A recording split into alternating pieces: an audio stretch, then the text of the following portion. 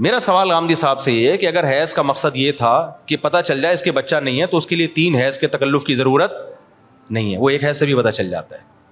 جب عورت کو طلاق ہوئی, اس کو پورا حیض کا پیریڈ آیا اس کے بعد, تو حمل والی عورت کو حیض آتا ہے, 7 دن تک حیض آتا رہا, اس کو مینسز کا بلڈ آتا رہا. پوری دنیا کے ڈاکٹروں کا اتفاق ہے کہ پریگننسی کے ہوتے ہوئے حیض نہیں آتا. تو پھر ایک حیض قرآن کو چاہیے تھا, عدت رکھ دیتا, 3 حیض کے تکلف کی ضرورت نہیں تھی. بلکہ قرآن اور پورا حیض بھی نہ گزرنے دیتا. قرآن کہتا ہے 2-3 دن کا بھی حیض آ گیا نا, بس پتہ چل گیا بچہ نہیں ہے, کہیں اور شادی کرا دو اس کی. میں اس لیے کہہ رہا ہوں کہ ائمہ کرام نے جو فتویٰ دیا نا, ان چاروں اماموں کو فالو کرو. وہ اس لیے کہ تاکہ 5واں غامدی صاحب جیسے کوئی امام نہ آ جائے جس کو آپ کو فالو کرنا پڑے. میں سمجھا پا رہا ہوں اپنی بات؟ ورنہ ایک غامدی نہیں ہے, غامدی صاحب کے نام پہ بہت سارے غامدی مارکیٹ میں مختلف ناموں سے چل رہے ہیں یوٹیوب پہ. تو آپ قرآن و سنت کے نام پہ دے دنادن منجن بکے گا, دے دنادن منجن. اور چلے ہم آگے, غامدی صاحب سے ایک اور سوال ہے. قرآن تو کہہ رہا ہے واللائی لم یئسنا واللائی لم یحزن, وہ عورت جن کو ابھی حیض آنا شروع ہی نہیں ہوا, وہ نابالغ بچیاں ہوتی ہیں. عرب میں رواج تھا نابالغ بچی کا بھی نکاح کر دیا کرتے تھے. تو قرآن کہہ رہا ہے کہ اگر وہ نابالغ بچی رخصت ہو کے چلی گئی, اب اگر اس کو طلاق ہوگی تو بھی وہ 3 مہینے عدت گزارے گی, کیونکہ اس کو حیض بولو نہیں آتا. تو وہ اس کی عدت کتنی ہے؟ 3 مہینے. اس کی 3 مہینے عدت گزارے گی وہ, حالانکہ وہ نابالغ ہے, ابھی اس کو حیض آنا شروع ہی نہیں ہوا, اس میں پریگننسی کا امکان ہے ہی نہیں. پریگننسی بالغ لڑکیوں کو ہوتی ہے, نابالغ کو نہیں ہوتی. عرب میں رواج تھا کہ نابالغ بچی اگر جو ہے وہ بچی نابالغ ہے لیکن صحت مند ہے وہ, تو اس کا نکاح کر کے رخصتی بھی کر دیتے تھے وہ لوگ. اسی کنڈیشن میں اگر عورت کو طلاق ہوتی ہے تو بھی کتنے 3 مینسز نہیں آ رہے تو 3 مہینے عدت. اور ہم آگے چلتے ہیں. واللائی یئسن من المحیض من نسائکم ان ارتبتم, ان ارتبتم کا مطلب اگر تمہیں شک ہو. یہاں بھی غامدی صاحب نے شک کا مطلب میں ڈنڈی مار دی. قرآن کہہ رہے ہیں ان عورتوں کے بارے میں تمہیں اگر شک ہے, پتہ نہیں ہے کہ مسئلہ کیا ہے, تو پھر ہم تمہیں مسئلہ بتاتے ہیں کہ وہ عورتیں جو حیض سے مایوس ہو چکی ہیں, جن کی ایج زیادہ ہو گئی ہے, اب انہیں حیض آنا بند ہو گیا, بڈھی عورتیں, ان کو طلاق ہوگی تو کیا کریں گی وہ؟ اللہ کہہ رہے 3 مہینے عدت گزاریں گی کیونکہ ان کو حیض نہیں آتا, حالانکہ ان میں تو پریگننسی کا امکان ہے ہی نہیں, وہ تو بڈھی ہو گئی ہیں.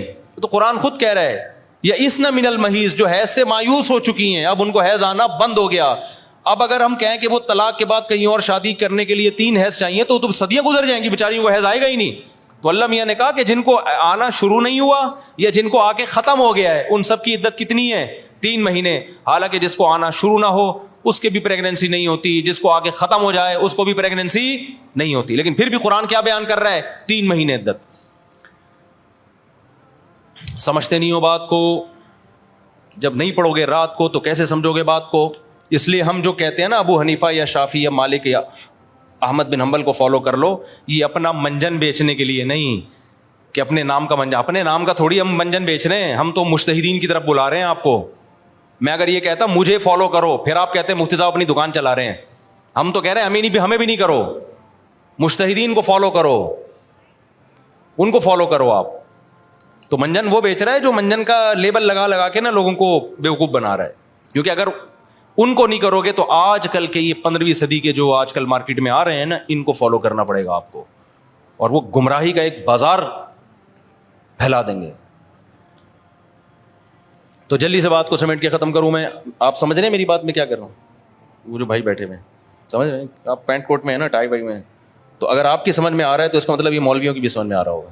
یہ میں اس لیے آپ سے پوچھ رہا ہوں, کیونکہ تھوڑی گاڑی باتیں آ جاتی ہیں نا, تو میں دیکھ رہا ہوتا ہوں جو شرٹ اور پینٹ پہن کے بیٹھے ہوئے ہیں ان کی سمجھ میں آ رہا ہے, کیونکہ وہ تھوڑا مشکل ان کو, یعنی جو ٹرمز ہے اصطلاحات ہیں ان کے لیے. آپ بتائیں آپ کو سمجھ میں آ رہا ہے؟ آپ تو پرانے آدمی ہیں نا, اس لیے سمجھ میں آ رہا ہوگا. آپ پرانے کا مطلب اتنے پرانے نہیں کہ آپ کے زمانے کی ٹرینیں بند ہو گئی ہیں, یعنی جوان آدمی ہیں لیکن بیان بہت پہلے سے سن رہے ہیں. ایسا نہ اپنی انسلٹ محسوس کریں مفتی صاحب نے مجھے پرانا کہہ دیا. یہاں لوگ ایک آدھ کہتے ہیں کہ میں ان چاروں کو فالو کروں گا, جو مجھے لگے گا قرآن و سنت کے مطابق اس کو فالو کروں گا. یہ بھی بولنے کی حد تک بہت اچھی بات ہے, لیکن تیری حیثیت کیا ہے کہ تجھے لگے گا؟ تیری اوقات کیا ہے؟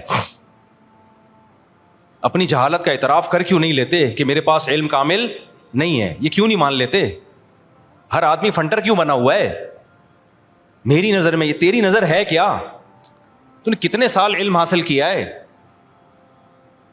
مولانا قاسم نانوتوی رحمۃ اللہ علیہ کے پاس کسی نے بحث کی نا کوئی اختلافی مسئلے پر, تو انہوں نے دلائل کے انبار لگا دیے, جیت گئے مناظرہ. تو کسی نے کہا حضرت آپ اتنے بڑے علامہ ہو کر امام حنیفہ کو فالو کر رہے ہو. انہوں نے کہا یعنی آپ اتنے بڑے علامہ اور ابو حنیفہ کو فالو کر رہے ہو یار, اتنا علم آپ کے پاس, لاجواب کر دیا. انہوں نے کہا مجھے تجھ پہ حیران ہوتے, آتا کچھ بھی نہیں ہے اور مجتہد بنا بیٹھا ہے کہ میری اپنی تحقیق. صحیح ہے نا؟ نہیں آئی میرا خیال ہے بات. انہوں نے کہا, اس بندے نے کہا کہ آپ کے پاس اتنا علم ہے اور پھر بھی فالو کس کو کر رہے ہو؟ اپنی تحقیق پہ اعتماد نہیں کر رہے, ابو حنیفہ کی تحقیق کو فالو کر رہے ہو. انہوں نے کہا مجھے تجھ پہ اپنے سے زیادہ اعتراض ہے کہ تجھے آتا کچھ بھی نہیں ہے, ایک گھنٹے میں پتہ چل گیا کہ تو اتنا پانی میں ہے, اور پھر بھی کہتے ہیں میں نے خود تحقیق کرنی ہے. تحقیق خود وہ کرے جو تحقیق کا اہل ہو. کچھ مسائل تو ایسے ہیں قرآن و سنت نے بالکل واضح بیان کر دیے, ان میں تو تحقیق کی ضرورت ہی نہیں ہے, ان میں چاروں اماموں کا اختلاف بھی نہیں ہوا ہے. آگے جب ڈیپتھ میں جائیں گے, آپ گہرائی میں جائیں گے, تو پھر چھوٹے چھوٹے مسائلوں میں رائے کا اختلاف ہوگا. ہم ان مسائل کی بات کر رہے ہیں, بڑے بڑے مسائل کی بات نہیں کر رہے. اب آپ کو میں امام حنیفہ کو فالو کرتا ہوں اس لیے میں ایک خدا کا قائل ہوں. ابے بھائی ایک خدا کے قائل تو یہ تو قرآن نے بہت واضح بیان کر دیا, اس میں ابو حنیفہ کو فالو کرنے کی ضرورت نہیں ہے. آپ کہیں چونکہ 5 نمازیں فرض ہیں میں اس لیے مانتا ہوں کہ ابو حنیفہ نے کہا ہے, او بھائی یہ تو بہت واضح اسلام کا حکم ہے. آپ کہیں میں نبی کو آخری نبی اس لیے مانتا ہوں امام حنیفہ کہہ کے چلے گئے تھے, او بھائی امام حنیفہ اگر نبی کو آخری نہ مانتے تو ابو حنیفہ ہی نہ ہوتے. وہ یہ تو واضح مسائل ہیں. بات ہے کہ جب دونوں طرف حدیثیں ہوں, قرآن کی آیت کچھ اور کہہ رہی ہے, حدیث سے کچھ اور نکل رہا ہے, دونوں طرف حدیثوں میں ٹکراؤ ہو رہا ہے, اس میں یہ فیصلہ کرنا کہ اس میں کس رائے کو ترجیح دینی ہے, کس میں تعویل کرنی ہے, یہ ہر نتھو پھتو کا کام نہیں ہے. تو دیکھو نبی صلی اللہ علیہ وسلم نے بنو قریظہ کی طرف لشکر روانہ کیا. صحابہ کرام کا توجہ ہے نا آپ کی میری طرف. جب لشکر روانہ کیا تو آپ صلی اللہ علیہ وسلم نے صحابہ سے فرمایا کہ تم میں سے کوئی عصر کی نماز اس وقت تک نہ پڑھے جب تک بنو قریظہ نہ پہنچ جائے. اب صحابہ کے پاس اس سے زیادہ صحیح حدیث کوئی ہو سکتی تھی؟ اس کی تو کوئی سند بھی نہیں ہے, ڈائریکٹ سن رہے ہیں نبی کے زبان اقدس سے. جتنے بھی صحابہ تھے نبی نے سب کو کہا عصر کی نماز جب تک بنو قریظہ نہ پہنچ جاؤ تمہیں پڑھنے کی اجازت. جملہ کمپلیٹ کریں نہیں ہے. اللہ کی قدرت کے جب راستے میں وہ گئے ہیں تو نماز قضا ہونے لگی, دیر ہو گئی ان کو مقام تک پہنچنے میں. اب صحابہ پریشان ہو گئے, بھائی اب پڑھیں گے نہیں پڑھے. بعض حضرات نے کہا بھائی نبی کا آرڈر ہے نہیں پڑھنی, قضا کریں گے نماز, کیونکہ ہم تو نبی کے حکم کے محتاج ہیں. ہم پڑھتے کیوں تھے؟ نبی نے حکم دیا تھا نا, تو جب نبی نے چھوڑنے کا حکم دیا ہے تو چھوڑیں گے ہم. دوسرے صحابہ نے کہا کہ نہیں بھائی, نبی کا مطلب یہ تھوڑی تھا کہ قضا کر دو. آپ جب کسی کو بھیجتے ہیں کہ بھائی یہاں سے حیدرآباد جا رہے ہو, دیکھو بیٹا وہیں پہ نماز پڑھنا, راستے میں خطرہ ہے, کوئی بھی مسئلہ ہو سکتا ہے, تو مطلب یہ آپ کو یقین ہے کہ عصر تک پہنچ جائے گا. قضا کرنے کی تھوڑی اجازت ہے, کیونکہ قرآن میں آتا ہے حافظوا علی الصلوات والصلاۃ الوسطی, درمیانی نمازوں کی حفاظت کرو. درمیانی تو عصر کی نماز ہے, اس کی تو خاص تاکید ہے. تو نبی کا حکم تو یہ ہے, لیکن نبی کا مقصد یہ بولو نہیں تھا. نبی عالم الغیب تھوڑی ہے, ان کو کیا پتا تھا کہ یہ قضا کر لیں گے, تو اس لیے ہم پڑھیں گے. اب 2 جماعتیں بن گئیں, ایک نے کہا ہماری رائے ہے کہ ہم نے پڑھنی ہے, دوسرے نے کہا ہماری رائے ہے کہ ہم نے. دونوں کا مقصد کیا؟ خواہش نفس تھا. اب اگر وہ دونوں پھٹا شروع کر دیتے وہاں پہ کہ تو حدیث کا منکر ہے, معاذ اللہ نقل کفر منجن بیچ رہے ہو تم لوگ, ہمارے پاس صحیح حدیث ہے, نبی نے کہا ہے کہ نہیں پڑھنی, بس ہم نہیں پڑھیں گے. اور جو نہیں پڑھے گا ہمارے ساتھ, جو پڑھے گا وہ دائرہ اسلام سے خارج ہے, وہ حدیث کا منکر ہے, وہ گمراہ ہے, وہ جہنمی فرقوں میں ہے. اس سے فرقہ واریت کم ہوتی یا بڑھتی؟ بولتے کیوں نہیں؟ لڑائی پیدا ہوتی, پھڈا پیدا ہوتا. جن کا خیال تھا نہیں پڑھنی, انہوں نے کہا بھائی ہمیں یہ سمجھ میں آ رہا ہے, اب نبی موجود تو ہے نہیں کہ ہم ان سے پوچھیں یا رسول اللہ آپ کا مطلب کیا تھا. رابطہ بھی نہیں ہے, کوئی فون بھی نہیں تھا اس زمانے میں. دوسرے فریق نے کہا بھائی ہمیں تو یہی لگ رہا ہے کہ نبی کا یہ مفہوم نہیں تھا, وہ تو ہمیں آسانی کے لیے نبی نے حکم دیا تھا, راستے میں خطرات ہوتے ہیں. اب قضا تھوڑی ہو سکتی ہے, ہمیشہ پڑھی ہے بھائی, تو آج بھی پڑھیں گے ہم. انہوں نے پڑھ لی. اب انہوں نے نہیں پڑھنے والوں کو یہ نہیں کہا کہ تم تو مطلب ہی نہیں سمجھتے حدیثوں کا, تمہارے کھوپڑی میں سینس. آج کل فروئی مسائل میں اسی طرح چیلنج کیا جاتا ہے نا, جب فروئی مسائل میں اختلاف کو ذکر کیا جاتا ہے تو مذہبی اسکالر کا ایٹیٹیوڈ یہی ہوتا ہے بدتمیزی والا. تو صحابہ میں سے جن کا خیال تھا پڑھنی چاہیے پڑھ لی, جن کا خیال تھا نہیں پڑھنی چاہیے نہیں پڑھی. دو مکتب فکر وجود میں آ گئے کہ نہیں آ گئے اس لحاظ سے وقتی طور پہ. اچھا, دونوں نے ایک دوسرے کے پیچھے نمازیں بھی نہیں پڑھی, یہ بھی ذہن میں رکھیں. جب وہ پڑھ رہے تھے تو انہوں نے ان کی اقتدا نہیں کی ہے, ان کا خیال تھا یہ غلطی پر ہے.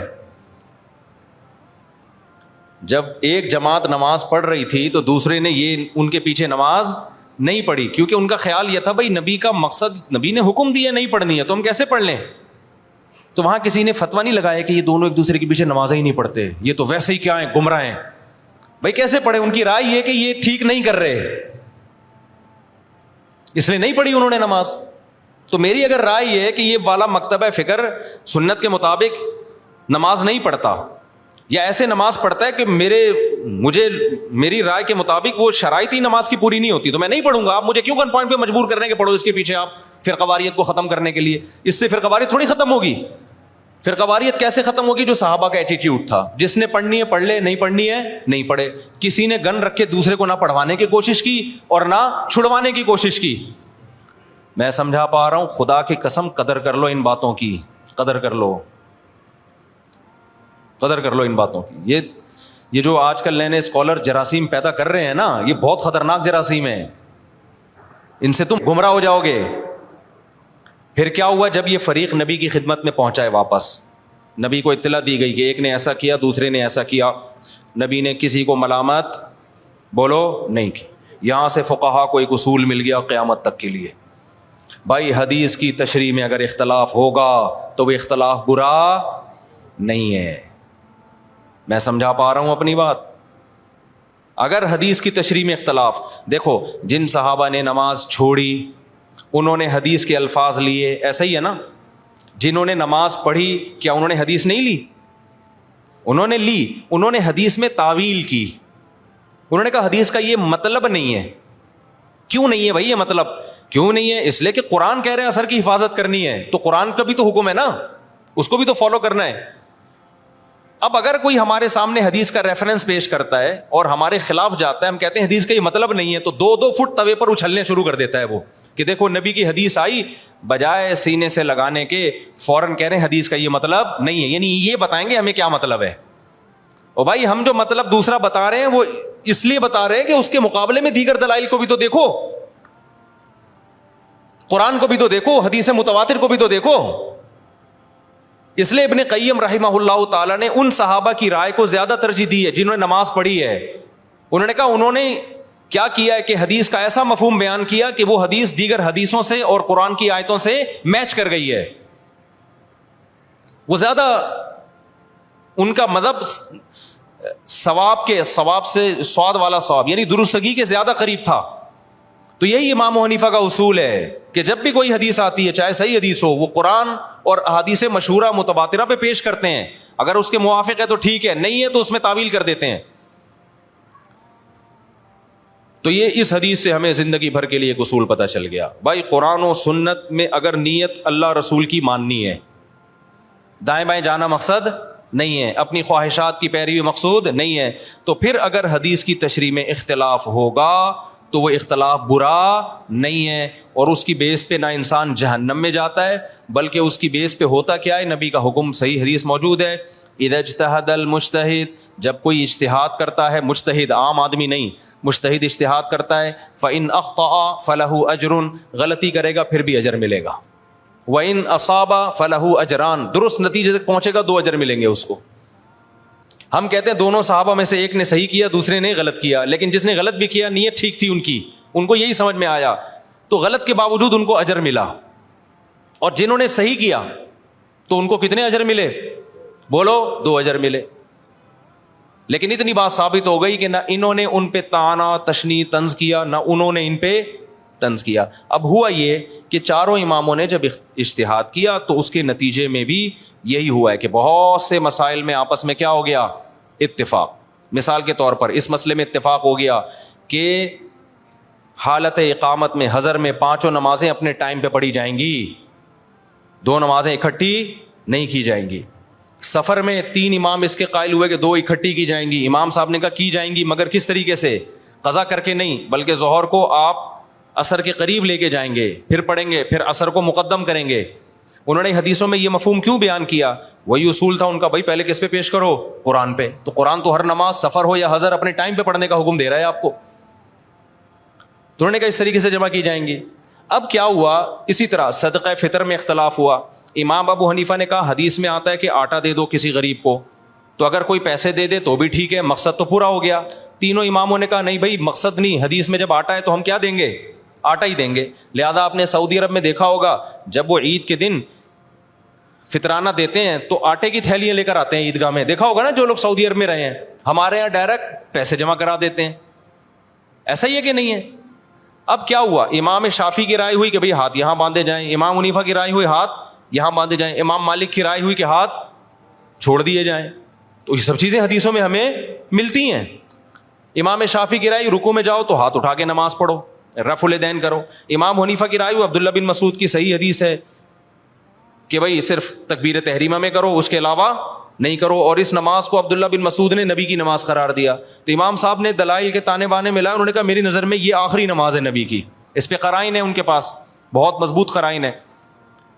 اب جب یہ مکاتب فکر بن گئے تو جس نے امام شافعی کو فالو کیا وہ رفع الیدین کر رہا ہے, جس نے امام حنیفہ کو فالو کیا وہ نہیں کر رہا. اب اس میں یہ کہنا کہ وہ حدیث کو مانتا ہے, وہ حدیث کا منکر ہے, یہ ہے جہالت. اٹ از کالڈ, یہ اس کا مطلب ہے آپ کو ایک ادھر کے دلائل معلوم ہے ادھر کے معلوم نہیں ہے, یا آپ کی کھوپڑی میں آ نہیں رہے, اپنی جہالت کو دوسروں پہ آپ تھوپ رہے ہیں. Mufti Tariq Masood Special.